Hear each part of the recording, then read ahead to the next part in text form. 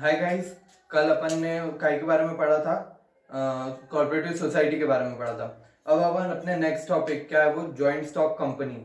Joint stock company पे आते हैं। ये मेनली कंपनी जैसे जो आपको बड़ी बड़ी अगर इंडस्ट्री सेटअप करनी है, कोई बड़ी लेवल पे बिजनेस करना है तो उसके लिए कॉर्पोरेटिव अपने जॉइंट स्टॉक कंपनी यूज होती है। इसको अपन नॉर्मल भाषा में कंपनी बोलते हैं, जॉइंट स्टॉक यूज नहीं करते, नॉर्मल कंपनी बोलते हैं, है ना। तो अपन भी इसमें कंपनी यूज करेंगे, जॉइंट स्टॉक बहुत कम यूज होगा, ठीक है। और सबसे पहले अपन ये काइट के अंडर गवर्न होती है, कौन सी इसके गवर्निंग एक्ट कौन सा है, तो द कंपनीज एक्ट 2013 गवर्न करता है इसको। इसका ये कंपनीज एक्ट 2013 से पहले इसको गवर्न करता था कंपनीज एक्ट 1956। उसके बाद अब ये नया एक्ट आ गया, तो अब नया एक्ट पुराने को वो करेगा, ओवर रूल करेगा। तो अब से काई के अंडर गवर्न हो रही है द कंपनीज एक्ट 2013 के अंदर। अब इसकी डेफिनेशन क्या है कि कंपनी होती क्या है, तो इस पे क्या है, joint stock company is an artificial person. क्या है वो, एक आर्टिफिशियल पर्सन है। आर्टिफिशियल पर्सन मतलब जैसे आप में अपन सब क्या पर्सन है, तो आर्टिफिशियल पर्सन मतलब एक पर्सन जिसको इंसान ने बनाया है, वो क्या हो जाती है आर्टिफिशियल पर्सन। तो ये कैसा पर्सन है, ये कैसा पर्सन है, इस company is a type of person which is made by law, जिसको लॉ ने बनाया है, तो वो क्या होगा आर्टिफिशियल पर्सन है। और अपन क्या नेचुरल पर्सन, दो टाइप के पर्सन होते हैं, एक होता है आर्टिफिशियल पर्सन और एक होता है नेचुरल पर्सन। तो अपन लोग जो है ना, ये अपन सब नेचुरल पर्सन है, पर जो कंपनी है वो क्या आर्टिफिशियल पर्सन, उसको किसने बनाया, लॉ ने बनाया है। क्योंकि लॉ के अंदर आप रजिस्ट्रेशन कराओगे कंपनीज एक्ट के अंदर तो कंपनी बन जाएगी। तो रजिस्ट्रेशन कराने की वजह से कंपनी बनी है, तो उसको क्या बोलते हैं, company is made by law, मतलब लॉ की वजह से कंपनी बनती है। तो वो क्या है, company is artificial person having separate legal existence, मतलब उसका एक अलग ही एग्जिस्टेंस है। जैसे मैंने कहीं में पढ़ा था, अभी कॉर्पोरेटिव सोसाइटी में पढ़ा था कि सोसाइटी एक अलग एग्जिस्टेंस है और सारे मेंबर्स अलग है।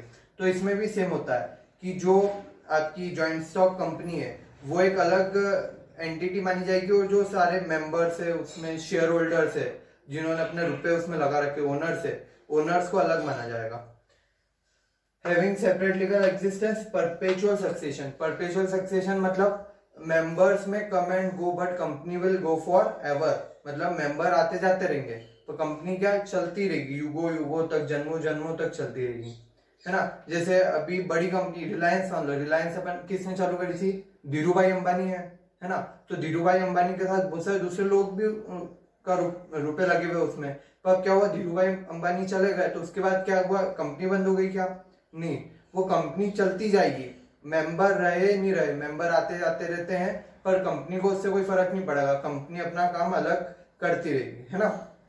फिर परपेचुअल सक्सेशन हो गया। कॉमन सील, कॉमन सील मतलब जैसे आप और मैं अगर किसी चीज पे अपने को साइन करनी है तो अपन क्या साइन कर देते अपने हाथ से, तो साइन हो गई। अब कंपनी एक आर्टिफिशियल पर्सन है, पर वो दिखती तो है नहीं, लॉ ने उसको क्रिएट करा, वो साइन खुद की तो नहीं कर सकती है, तो उसकी साइन के लिए उन्होंने एक सील बना दी। कंपनी की एक सील होती है, जो मान लो कुछ भी उसको परचेज करना है, उसको कहीं भी साइन करना है तो कंपनी की सील लग जाती है, मतलब उस चीज पे कंपनी ने साइन कर दिए, है ना।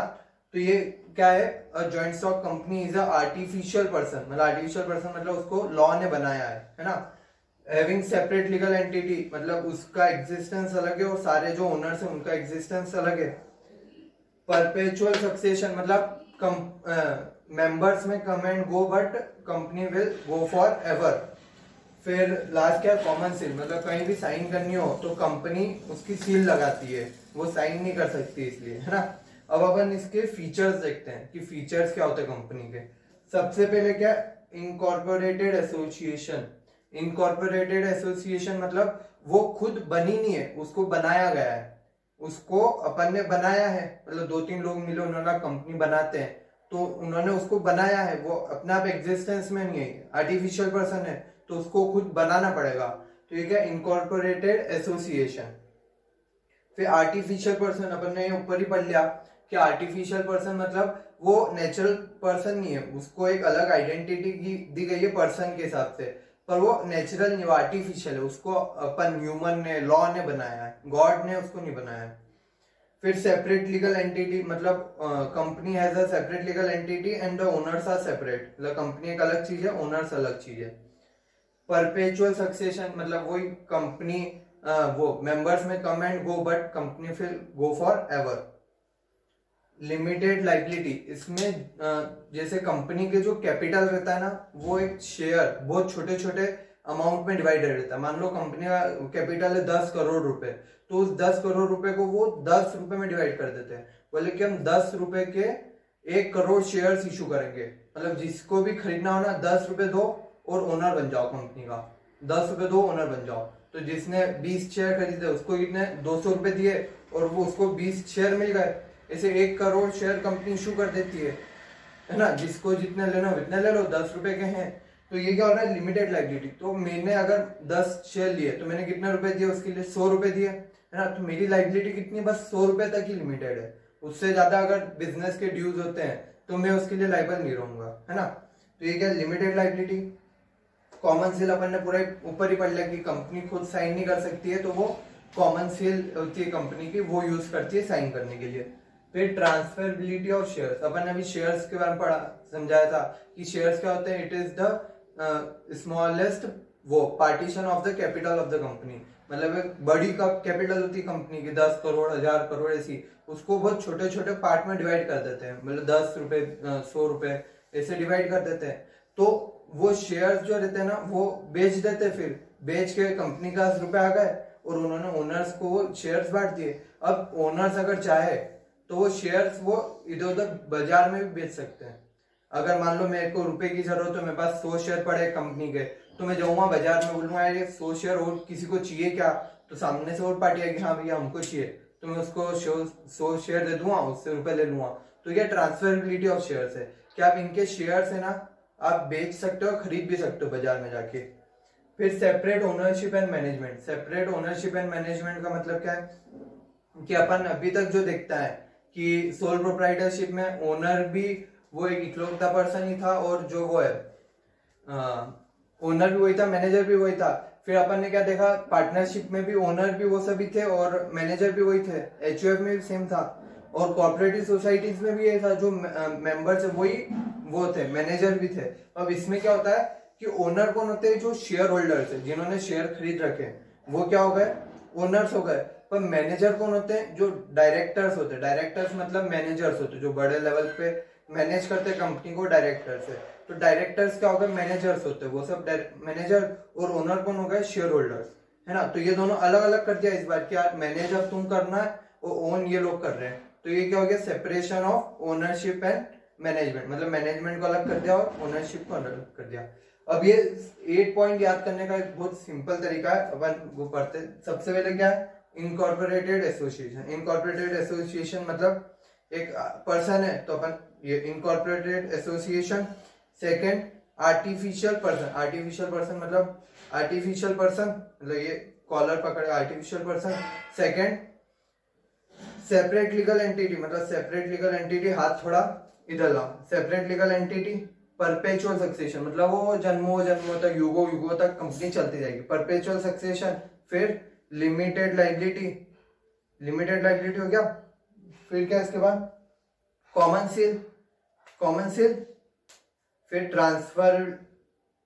ट्रांसफरेबिलिटी ऑफ शेयर्स, मतलब आप ट्रांसफर कर सकते हो। और लास्ट क्या है, separation of management and ownership, मतलब separation of management and ownership. ठीक है, एक बार ये क्या है, इनकॉर्पोरेटेड एसोसिएशन, फिर artificial person, separate legal entity, perpetual succession, limited liability, फिर common seal, transfer of shares, last क्या है, separation of management with ownership, है ना। ये बहुत इजी तरीका है, याद भी रहेगा, एग्जाम में भी आप कर सकते हो। हाँ ठीक है, artificial person, artificial incorporated association, artificial judicial person, separate legal entity, perpetual succession, limited liability, common seal, transfer of shares और separation of management with ownership. ठीक है, अब इसके एडवांटेज अपन देखें ना, तो मेनली अगर अपन चाहे तो एक ये separate legal entity, perpetual succession, limited liability, transferability of shares और separation of ownership and management, ये अपन एडवांटेजेस में भी ये लिख सकते हैं। अगर एग्जाम में कुछ याद नहीं आ रहा तो ये फीचर्स जो है ये 2-3 सेपरेट लीगल एंटिटी और ये सब अपन एडवांटेजेस में भी लिख लेते हैं। मेनली तो यही आ रहा है, जैसे लिमिटेड लाइबिलिटी है कि सब मेंबर्स की कैसी लायबिलिटी है, उसमें शेयर होल्डर्स की लायबिलिटी कैसी है, लिमिटेड है। ट्रांसफर ऑफ शेयर्स कि आप शेयर्स किसी को भी बेच सकते हो, जैसे पार्टनरशिप में आप शेयर्स किसी को सेल नहीं कर सकते, आप एक बार पार्टनर बन गए तो आप उसमें से बाहर निकलना है तो बहुत मुश्किल हो जाता है। यहाँ क्या है, अगर आपको बाहर निकलना है तो शेयर बेचो, आप बाहर निकल गए उस कंपनी से। फिर एफिशिएंट मैनेजमेंट, इसमें क्या एफिशिएंट मैनेजमेंट है, क्या यहाँ क्या है, मैनेजमेंट अलग है, ओनर अलग है, ओनर संभाल नहीं रहे है ना। तो मैनेजमेंट कौन होता है, जो बड़े बड़े अच्छे डिग्री है जिनका, MBA है, CA है, CS है, ये सब जो बड़े बड़े क्वालिफाइड प्रोफेशन से आते हैं वो सब मैनेज करते हैं बिजनेस को। तो इससे क्या एफिशिएंसी और मैनेजमेंट बढ़ जाता है। पर नॉर्मल और सब नॉर्मल बिजनेस में क्या होता है कि नॉर्मल एक आदमी वही मैनेज भी कर रहा है, तो उससे एफिशिएंसी ऑफ बिजनेस कम हो जाती है। फिर लार्ज अमाउंट ऑफ कैपिटल, अब इसमें क्या बड़ा अमाउंट था 10 करोड़ 1000 करोड़, ये आप इजीली कलेक्ट कर सकते हो। लोगों को 10-20 रुपए बहुत सारे लोगों से लेके है ना अपन आप ये वो कर सकते हो, बड़ा कैपिटल भी क्रिएट कर सकते हो। अब आप ये सोचेंगे यार लोग 10-20 रुपए क्यों देंगे, 10-20 रुपए वो इसलिए देंगे कि जो उन्होंने रुपए लगा दिए कंपनी में, अब कंपनी क्या करेगी, उस रुपयों से बिजनेस करेगी, बिजनेस से जो भी प्रॉफिट आएगा कंपनी के पास वो कंपनी अब उन जो शेयर होल्डर्स है उनको बांट देगी एज ए डिविडेंड। मतलब जो प्रॉफिट बांटती है ना उसको क्या बोलते हैं, डिविडेंड, मतलब डिवाइड करके उन्होंने प्रॉफिट बांट दिया तो क्या होता है डिविडेंड। तो वो कई के लिए इन्वेस्ट करते हैं फॉर द डिविडेंड, कि हमको डिविडेंड मिलेगा, हम यहाँ रुपए लगाए हैं तो अब कंपनी बिजनेस करेगी, जो भी प्रॉफिट होगा वो कंपनी हमको बांट देगी, वो डिविडेंड हो गया है ना। तो इसलिए सब लोग उसमें कंपनी में पैसा लगाते हैं। फिर ग्रोथ एंड एक्सपेंशन, अब कंपनी में ग्रोथ और एक्सपैंड करना बहुत इजी है कि यार आपको कैपिटल चाहिए तो आपको बहुत सारा कैपिटल भी मिल जाता है, आपको कहीं मतलब उसकी ह्यूमन रिसोर्सेज की भी ज्यादा डिफिकल्टीज नहीं होती कि बहुत सारे लोग हैं कंपनी में तो कोई भी काम इस्टेब्लिश कर सकता है ऐसा। अब इसके 5 तो ये यहाँ पढ़ा दिए और 2-3 आप ये लिख सकते हैं, सेपरेशन ओनरशिप मैनेजमेंट ट्रांसफर हो गया, फिर परपेचुअल सक्सेशन, ये सब भी अपन उसमें लिख सकते हैं।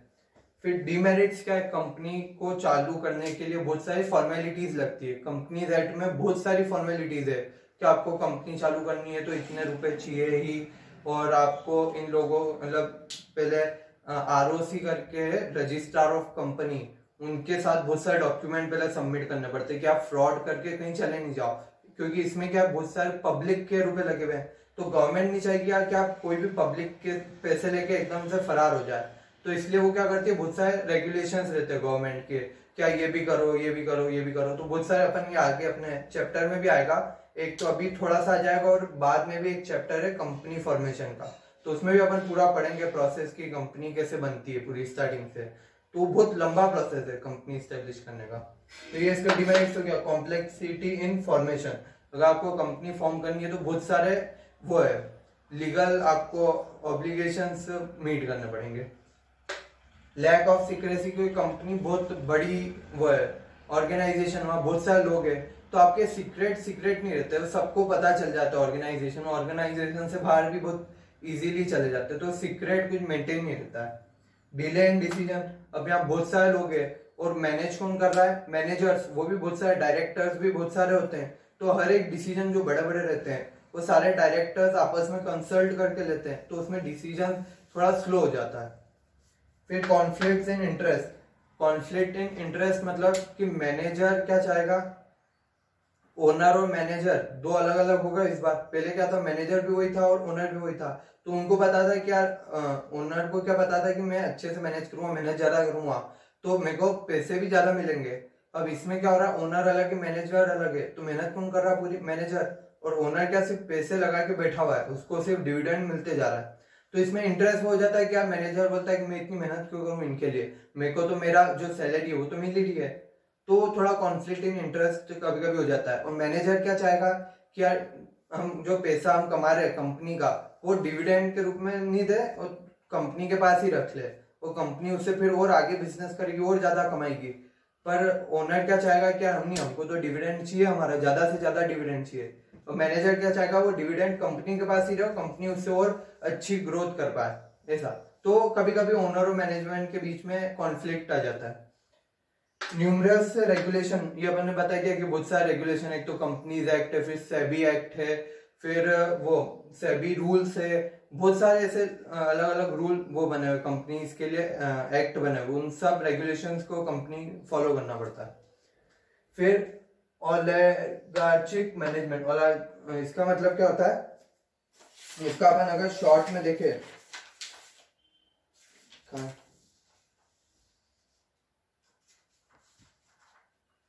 हाँ, कि जैसे अगर बोलते ना अपन कि मैनेजमेंट वो है,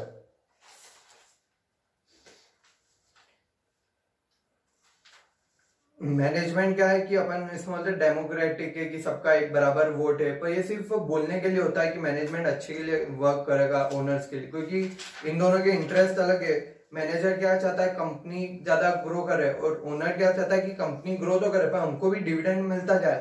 तो सिर्फ पेपर पे होता है कि मैनेजमेंट अच्छे से वर्क करेगा, पर नॉर्मली फिर धीरे धीरे क्या पता चलता है कि मैनेजर कभी कभी फ्रॉड्स कर रहे हैं, और क्योंकि उनको तो सिर्फ सैलरी मिल रही है, उनको ज्यादा वो मोटिवेशन नहीं मिल पाता है।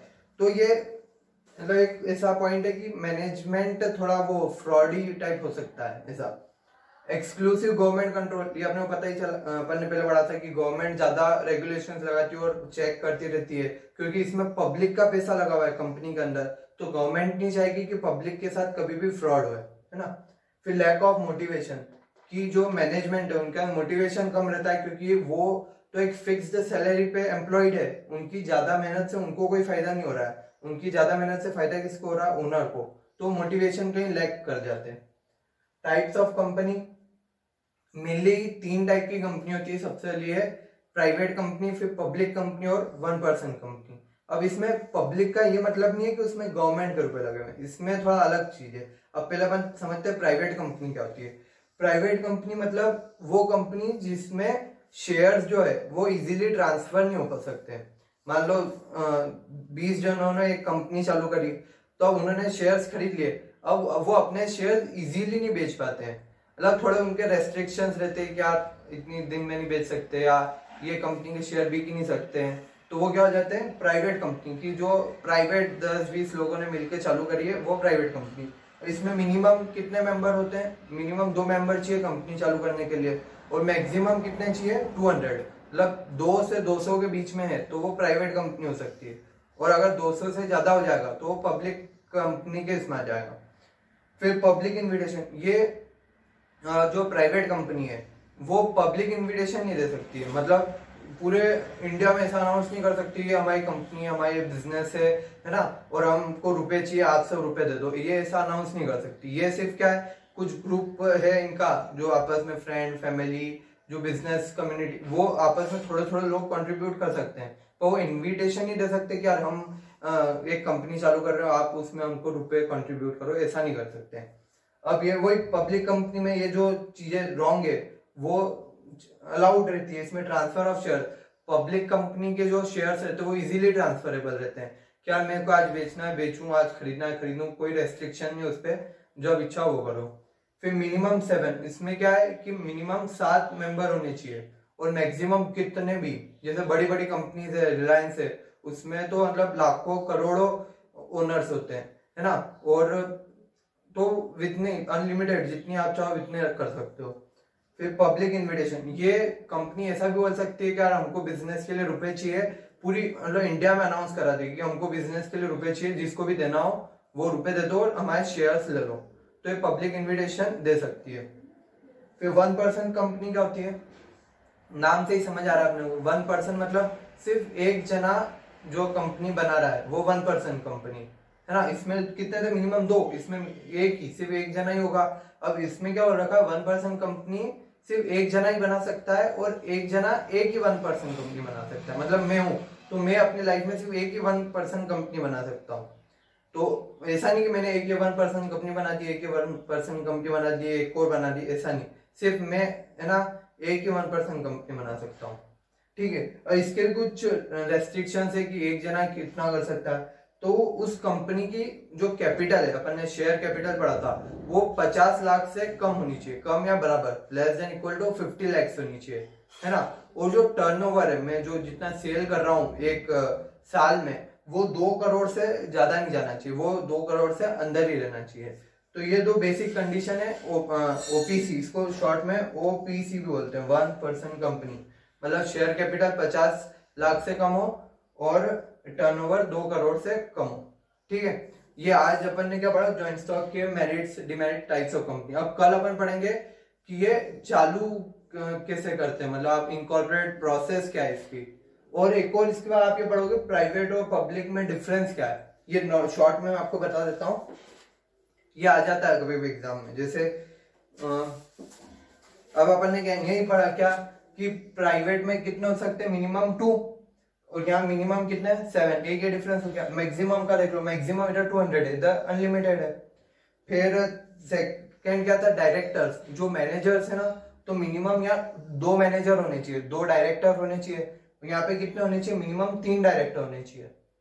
फिर नेक्स्ट है इंडेक्स ऑफ मेंबर्स, जो शेयर होल्डर्स है उनका पूरा रिकॉर्ड रखना पड़ता है पब्लिक कंपनी को, क्योंकि यहाँ बहुत सारे मेंबर्स है, तो इनको पूरा एक रजिस्टर बनाना पड़ता है। इसने आज खरीदे शेयर, ये आज के इतने मेंबर्स है, कल के इतने मेंबर्स है, तो इनको पूरा रिकॉर्ड रखना पड़ता है। वो इसमें कम ही है तो इनको कोई रिकॉर्ड नहीं रखना पड़ता है कि इतने मेंबर्स ये है वो, पूरा एक कोई रजिस्टर मेंटेन नहीं करना पड़ता है। फिर लोन टू डायरेक्टर्स, ये कंपनी अपने डायरेक्टर को लोन दे सकती है, जब चाहे तब लोन दे सकती है, पर पब्लिक कंपनी अपने डायरेक्टर को लोन नहीं दे सकती, क्योंकि वो रुपए उन्होंने बहुत सारी पब्लिक से लिए, तो पब्लिक के रुपए डायरेक्टर को लोन देना मतलब वो कुछ फ्रॉड टाइप फील आती है, तो इसलिए वो अलाउड ही नहीं है। फिर इसमें डायरेक्टर की जो सैलरी होती है, तनख्वाह, वो प्राइवेट कंपनी में कितनी भी दे सकते हो, जितनी चाहो इतनी, क्योंकि यार ये थोड़े ही लोग हैं, इनका ही कंट्रोल रहता है कंपनी के ऊपर, तो ठीक है। अरे पब्लिक कंपनी में क्या होता है, लोगों के पैसे लगे हुए हैं, तो इसमें एक कंपनीज एक्ट में लिख रखा है कि डायरेक्टर को इतनी ही सैलरी देनी है, भाई इससे ज्यादा आप नहीं दे सकते, इससे कम देनी हो तो चलेगा, पर इससे ज्यादा आप डायरेक्टर को नहीं दे सकते हो। और बस यही है कि बिजनेस भी कर सकते हैं, और नॉर्मल ये डिफरेंशिएशन आप पढ़ेंगे समझ आ जाएगा। और ठीक है, अब नेक्स्ट वीडियो में मिलते हैं। Thank you.